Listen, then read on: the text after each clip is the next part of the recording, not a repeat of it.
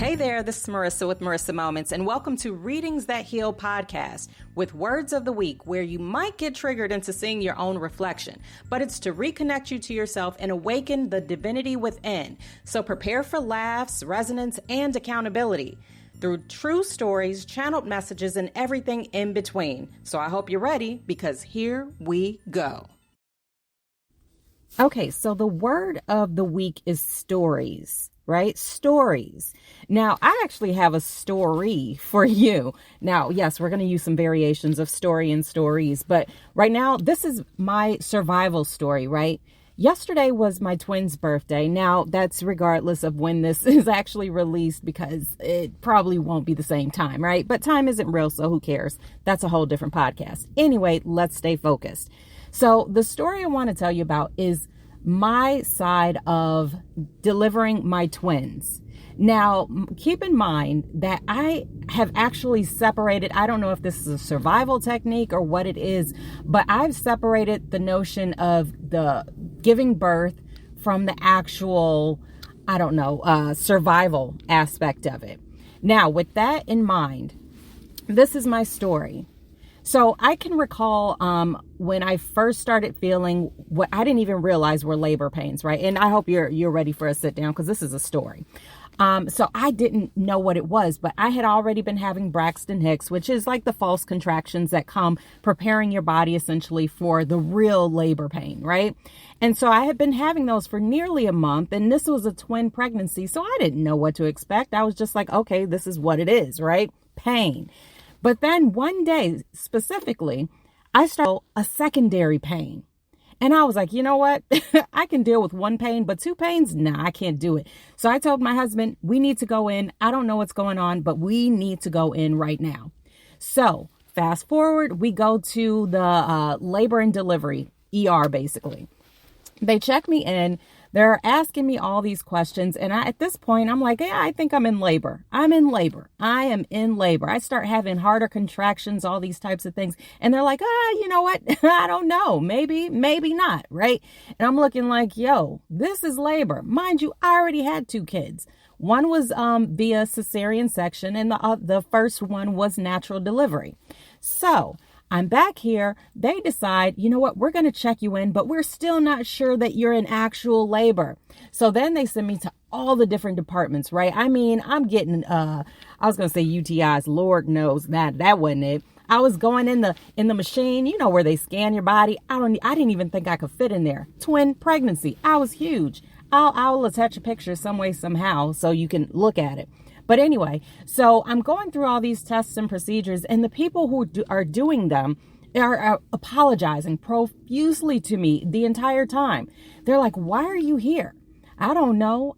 They said they need to see if I'm in labor, but they got to check my liver first. So mind you, the whole time I'm having contractions. So they're looking at me, they're touching my belly. They're saying, you're definitely in labor. I don't know what they're thinking. I said, listen, you know what I know, right? Which is basically nothing. I have no idea how their brains are working. So anyway, go through all the tests. 2 days later, yes, I said 2 days later, that's when they finally acknowledged that I was in actual labor. Then I go to get checked, and bam, I have placental abruption. Now, if you don't know what that is, you don't have to know. It's fine. I'm about to tell you. It's basically where the placenta ruptures, right? The sac around the baby that keeps them nice and safe and all that in cooking in your tummy, that ruptures, and there's blood that comes out. Now, I should give a warning. This is going to be a little bit graphic, not too much, but you know, if you got a funny tummy, then maybe you don't want to listen anymore. So anyway, now that I got that disclaimer out the way, it ruptures, right? And the doctor looks and says, there's blood here. So we're going to have to speed up this labor. I was about, I think, 34 weeks at this point, 34 weeks pregnant. And usually a pregnancy is about 40 weeks. Again, twin pregnancy, little different. So I'm getting ready. They're giving me the Pitocin to try to get the contractions going. But at the same time, I'm wanting the babies to cook a little bit longer, so that way they won't be in that worry area of being too, preemie, too young, born too soon. Anyway, What are words? I'm not a doctor, but I'm telling you my story. So anyway, so I start to go into labor, and the night changes, and they're checking me to see how dilated I am. I'm like at 2 or something like that. And then all of a sudden I wake up and I feel like I got to start pushing. Again, this is my 3rd and 4th child. It's not my first, right? So I'm like, listen, nurse comes in, checks me. Oh, Mrs. So-and-so, Mrs. Ikpo, no, it's too soon. We just checked you about 15 minutes ago. You weren't even close. And I'm like, lady, I'm going to have to start pushing. These kids, they want to come out. And so she leaves. I'm panting, right? My husband's passed out on the couch, on the little fold-out couch. I'm whispering the whole time.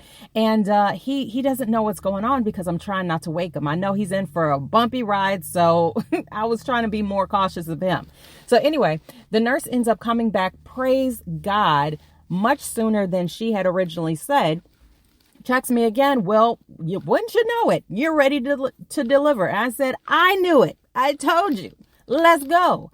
Now, again, as a side note, when you're pregnant with twins, at least in Chicago, Illinois, where I delivered my twins, you're automatically booked for an operating room just as a precaution, right? Even if you have the most healthiest pregnancy, you're automatically booked into an OR to deliver, right?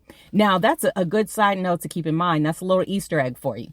So we go into the OR, and I'm going to get real descriptive. So they start telling me, okay, Miss Ikpo, push, you got to push. And then they say, you know what, baby A, her head, I already knew it was 2 girls.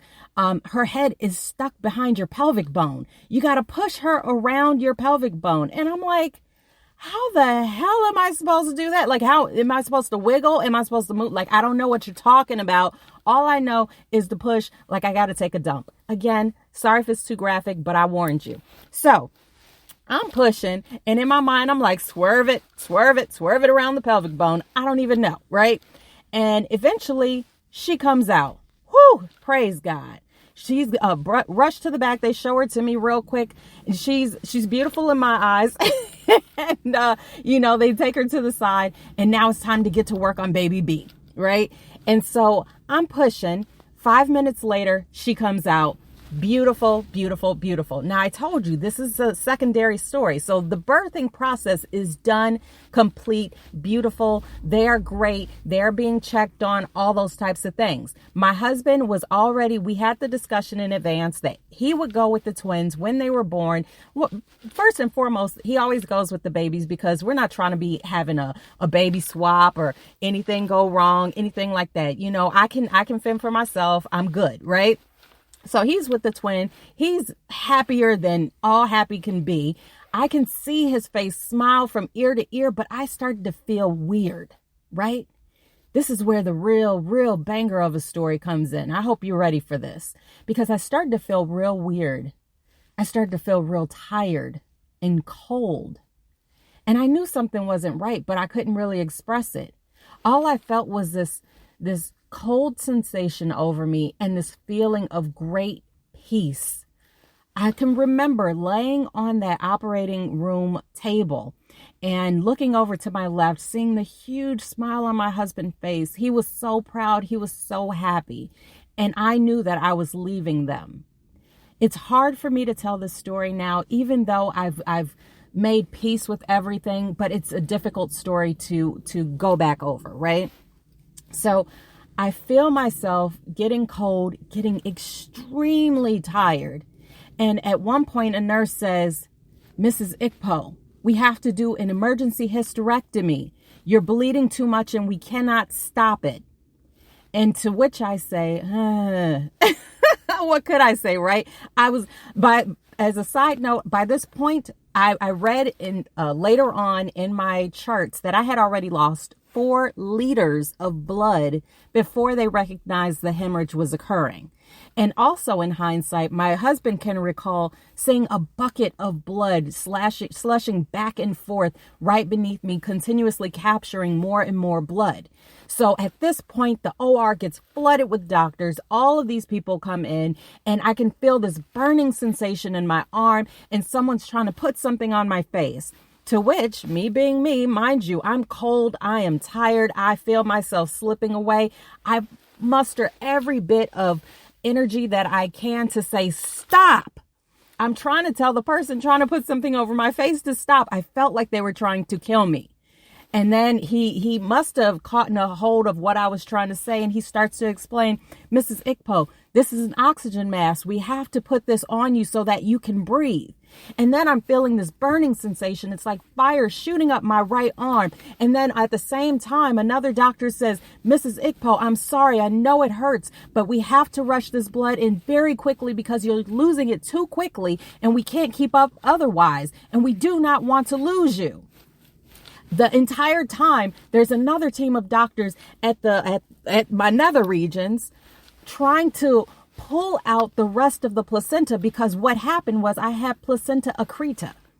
Accreta, who knows how to pronounce it? I don't. But what that basically means is that all of the placenta did not pull away from my uterine wall, and that was what was causing the hemorrhage.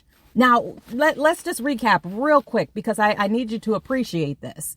Now, I had a twin pregnancy, which if you have identical twins, typically you have the both babies are in one placenta.